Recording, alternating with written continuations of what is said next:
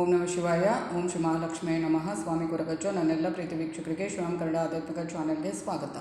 ಹೀಗೆ ಮಾಡಿದರೆ ನೀವು ಚಿಟಿಕೆಯಲ್ಲಿ ಧನ ಕುಬೇರನ ಆಶೀರ್ವಾದ ಪಡೆಯಬಹುದು.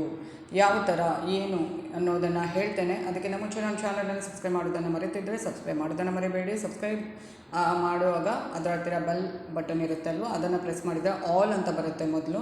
ಅದನ್ನು ಪ್ರೆಸ್ ಮಾಡಿದರೆ ನನ್ನೆಲ್ಲ ವಿಡಿಯೋ ನೋಟಿಫಿಕೇಷನ್ ನಿಮಗೆ ಸಿಗುತ್ತೆ. ಹಾಗೆಯೇ ಆದಷ್ಟು ನೋಡೋದು ಮಾತ್ರ ಅಲ್ಲ, ಲೈಕ್ ಮಾಡೋದನ್ನು, ಶೇರ್ ಮಾಡೋದನ್ನು ಮರಿಬೇಡಿ. ಹಾಗೆಯೇ ನಿಮ್ಮ ಏನೇ ವೈಯಕ್ತಿಕ ಸಮಸ್ಯೆ ಇದ್ದರೂ ಖಂಡಿತವಾಗ್ಲೂ ನನಗೆ ಕಮೆಂಟ್ ಬಾಕ್ಸಲ್ಲಿ ಕಮೆಂಟ್ ಹಾಕಿ, ಖಂಡಿತವಾಗ್ಲೂ ನಾನು ಅದಕ್ಕೆ ಉತ್ತರಿಸ್ತೇನೆ. ಹಾಗೆಯೇ ನಿಮಗೆ ಅದರಲ್ಲಿ ರಾಶಿ ನಕ್ಷತ್ರವನ್ನು ತಿಳಿಸಿ, ಒಂದು ವೇಳೆ ಗೊತ್ತಿಲ್ಲ ಅಂದರೆ ಡೇಟ್ ಆಫ್ ಬರ್ತ್ ಕೂಡ ಹಾಕ್ಬೋದು. ಅದನ್ನು ನೋಡಿ ನಾನು ಯಾವ ರಾಶಿ ನಕ್ಷತ್ರ ಅಂತ ತಿಳಿಸಿ ಅದಕ್ಕೆ ತಕ್ಕ ಪರಿಹಾರವನ್ನು ಸೂಚಿಸ್ತೇನೆ. ಮುಕ್ತವಾಗಿ ನೀವು ಕಮೆಂಟ್ ಬಾಕ್ಸಲ್ಲಿ ಕಮೆಂಟ್ ಹಾಕ್ಬೋದು. ಹಾಗೆಯೇ ನಾನು ಯಾವಾಗಲೂ ನಿಮ್ಮ ಜೊತೆ ಇರ್ತೇನೆ. ಹಾಗೆಯೇ ನಾನು ನಂಬಿರುವ ಶಿವದೇವರ ಹಾಗೂ ಕೊರಗಜ್ಜ ದೇವರ ಆಶೀರ್ವಾದ ನಿಮ್ಮ ಮೇಲೆ ಸದಾ ಇರುತ್ತೆ ಅಂತ ಹೇಳ್ತಾ, ಹೀಗೆ ಮಾಡಿದರೆ ಜೀವನದಲ್ಲಿ ನೀವು ಚಿಟಿಕೆಯಲ್ಲಿ ಧನಕುಬೇರ ಆಶೀರ್ವಾದ ಪಡೆಯಬಹುದು.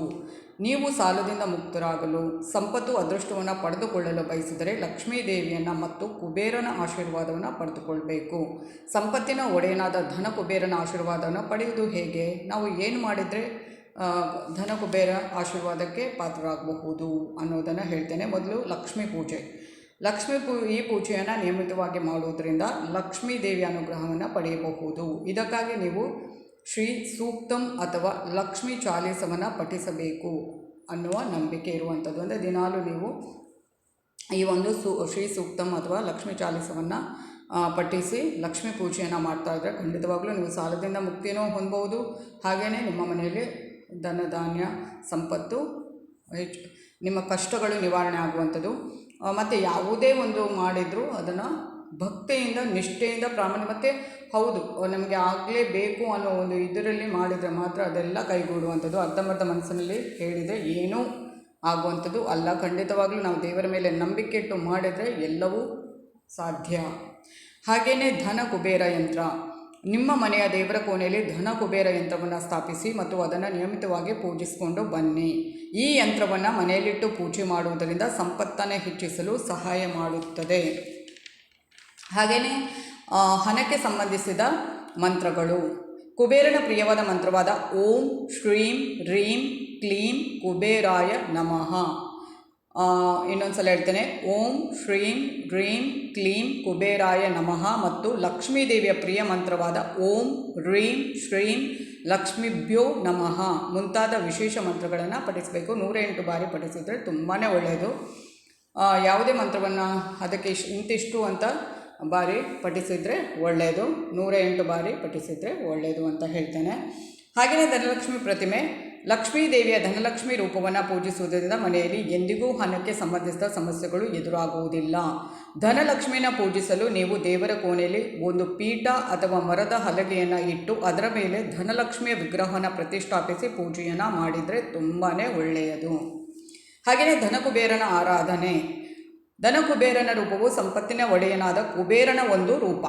ಧನ ಕುಬೇರನ ಆಶೀರ್ವಾದವನ್ನು ಪಡೆಯುವುದಕ್ಕಾಗಿ ನಿಯಮಿತವಾಗಿ ಶ್ರೀಮದ್ ಭಗವದ್ಗೀತೆಯನ್ನು ಪಠಿಸಬೇಕು, ಕುಬೇರನನ್ನು ಪೂಜಿಸಬೇಕು.